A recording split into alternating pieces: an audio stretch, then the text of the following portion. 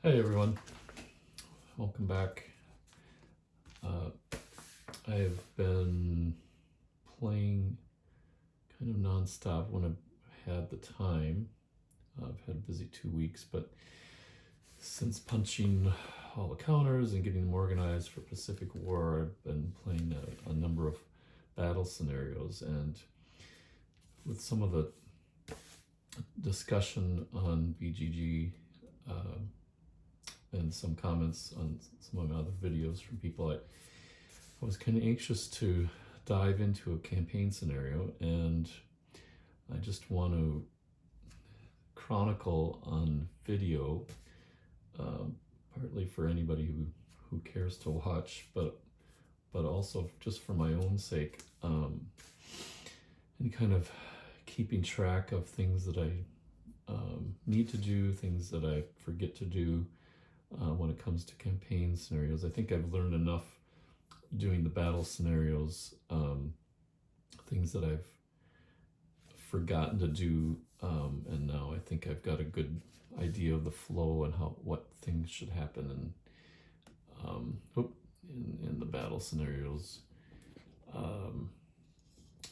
so that I can add now these steps in this whole other layer that Pacific War offers. So I took a look at campaign scenarios, and looking at time and commitment and the footprint, I think this is the best one to start off with, at least from what I've seen. There's not going to be tons of land combat, since this is the Guadalcanal campaign series, scenario number 4. It lasts 6 months. We'll talk a little bit about the calendar cycle as we go through the steps in the campaign scenario track. But that seems daunting when you think 6 months, but remember that each operation generally is 21, 28 days. So that could be, say, 4, 5, 6 different operations. At least how I'm seeing it. I've not gone through all of the campaign scenario rules yet.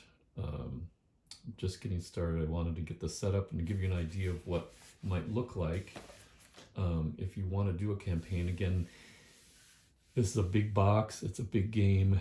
You could spread this. Let's back up a little bit. Spread that footprint out quite a bit more than what I have, obviously, when you get into campaigns using a full board, the mounted map board, A or B, or even both map boards. But I kind of like starting out with this one because it is a smaller footprint, and yet it's still a full campaign. So we'll be able to go through step by step and see how this fits together. If I bring over the campaign track, you can see that the only columns, the only steps that aren't done in campaigns that are done in strategic scenarios are strategic bombing. Let's see if we can get closer. Strategic bombing, Japanese escort, Allied submarine priority, and merchant shipping attrition. So you will have to deal with those steps, so I'm not going to read about that. I'll skip over that in the rules. But there are quite a few other, get out of the glare here, quite a few other steps that you'll have to take care of in the campaign scenarios. So that's what I'll be reading about in the next few days. One of the things that I wanted you to see, this is a good demonstration of why you only want force or task counters on the map. As you can see by the forces around truck, they're on truck. All those ships, the land-based air, some of the land units, combat units, as well as the fleet headquarter, which we'll need to use. Oops, let's do that a little bit better. Combat or command fleet headquarters, as well as submarine patrol counter command. I think what I look forward to the most is actually the command point,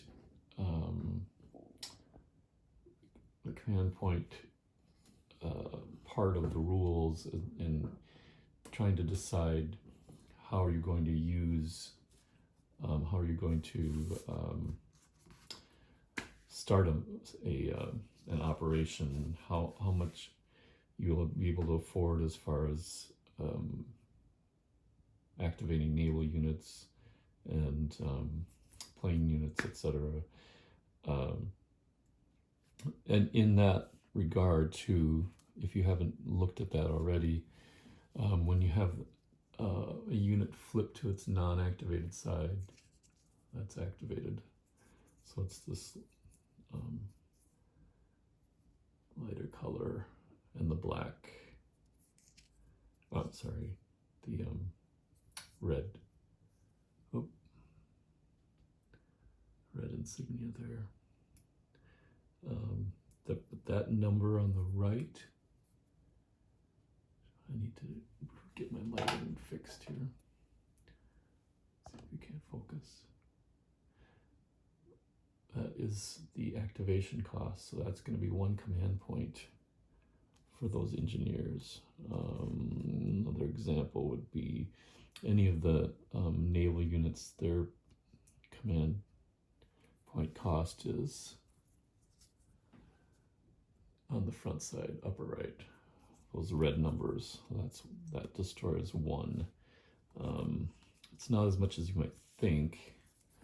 Battleships only 2 for activation. And again,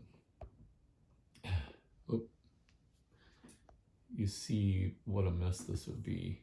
Already I've got stacks falling over, but I wanted you to see both why you would use the task force and force counters, and also what this looks like before I pull all of these forces off the board and put them onto the force displays right here. It gives you an idea of the forces that are starting this campaign scenario. This is actually Guadalcanal, and Japanese have a base there already with some battalions, regiments, engineer regiment. And the US obviously is this huge force here at Noumea, New Caledonia. There's some Australian units, and I don't know if I'm going to leave these here. This actually is a choice.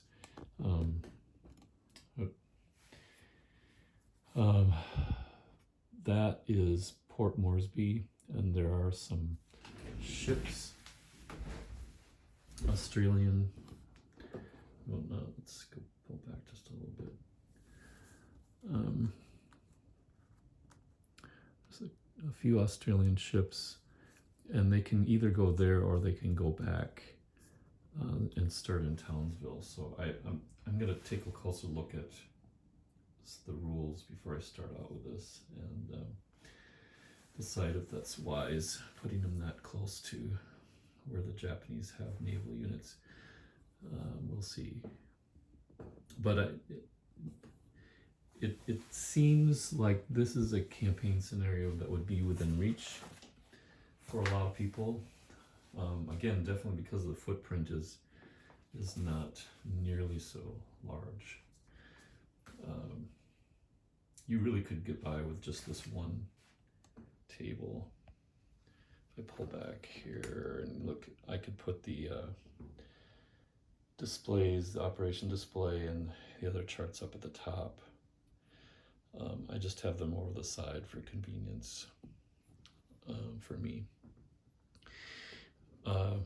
Just an idea of what the victory conditions, I'm not going to go over the special rules involved in this campaign, but the basic victory condition is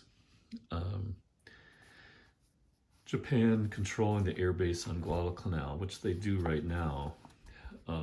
If they control it at the end of the scenario, that's a decisive Japanese victory. If they don't control it, but they have at least one ground step, it ends in a victory, and then the level of victory is dependent on, you can see here, the number of capital ships that are sunk and also lost on your own side. The Allies' victory is predicated on controlling Guadalcanal, of course, and no Japanese ground steps on the island. And that would be a victory, and then you decide whether it's decisive, substantive, or tactical victory. I like the fact they have the Pyrrhic victory there. So if, let's say the Japanese, they don't control the airbase, but they have one ground step. Well, that technically is a victory, but if you look down and the Japanese lost more capital ships than the Allied side, technically it's a victory, but they say treat it as a draw, which makes sense. If you haven't maintained control of the base at Guadalcanal, but you have at least one step of combat unit, land unit, but you've lost all those ships, it's probably not to your advantage long-term strategically. So I like those victory conditions. That seems to make sense to me. And it's very focused. So both sides know pretty much what their